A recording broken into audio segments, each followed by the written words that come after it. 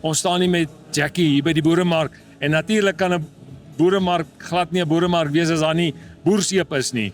Vertel gou 'n bietjie vir ons, Jackie, wat is jou stalletjie se naam en watse produkte het jy hier? Is Jackie se handmade soap, ek het boerseep, handgemaakte seep, badsoute, body butter, sugar scrub en dan het ek lip balm en shaving soap en after-shaving lotion. Ek neem aan jou man is seker baie skoon. Ja, hy het weggehard, daar staan. Hoor hierso, maar gee gou vir my hierso, vertel gou vir my wat is nou hierdie en wat kos dit? Hierdie is net beesvet.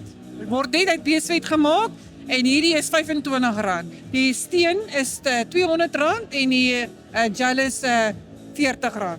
Nou wat doen ek met die beesvet? Jy was jou klere met dit. Alles wat jy wit wil hê, kan jy wit maak. Jy kan ook met dit bad, want daar's baie mense wat sensitief is vir vandag se produkte.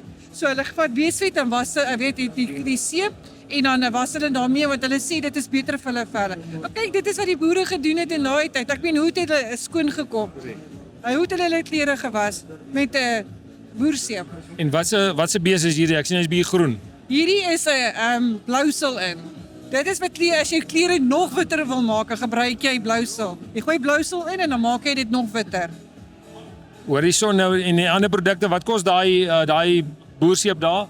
Hierdie is die boerseep. Hierdie word van kokonaolie, olyfolie en palmolie gemaak. Dit is handmade soap. So hy ruik bietjie lekker. Ja, hierdie het almal fragrance. Hierdie is honey vanilla yogurt. So jy kan kies. Daardie en oats, weet, as jy nie van vandag se seep wil gebruik nie, maar jy wil 'n meer natuurlike ding gebruik en dan kan jy hierdie koop. Hierdie is R50. As jy 4 koop is dit R150.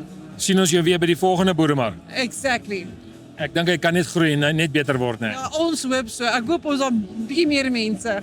Wonderlik. Baie dankie, Jackie. Dankie, lekker dag.